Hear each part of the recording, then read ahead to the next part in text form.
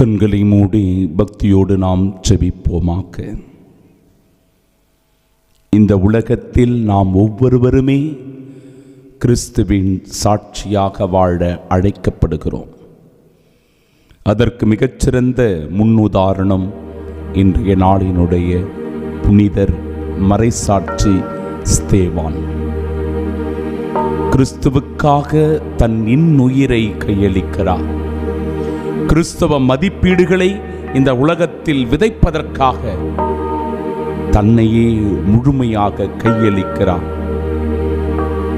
ஆம், என் அன்பிற்குரிய சகோதர சகோதரிகளே, உண்மையோடும் நீதியோடும் நேர்மையோடும் நடந்து கொள்ளும் போது இந்த உலகம் நம்மை இகழும், நம்மை காயப்படுத்தும், நம்மை மனநோகம் செய்யும். ஆனாலும் நாம் சோர்ந்து போகாமல் தொடர்ந்து கடவுளுடைய வார்த்தைகளை வாழ்வாக்க வேண்டும். உண்மை நீதி நேர்மையோடு நடப்பதற்கு நம்மாலான முயற்சிகளை மேற்கொள்ள வேண்டும். அதன் வழியாய் நீங்களும் நானும் புனித ஸ்தேவானைப் போல கிறிஸ்துவின் சாட்சிகளாய் இந்த உலகத்தில் வாழ முடியும். அதற்கான வரம் வேண்டி இந்த நாளில் ஜெபிப்போம். ஆமென்.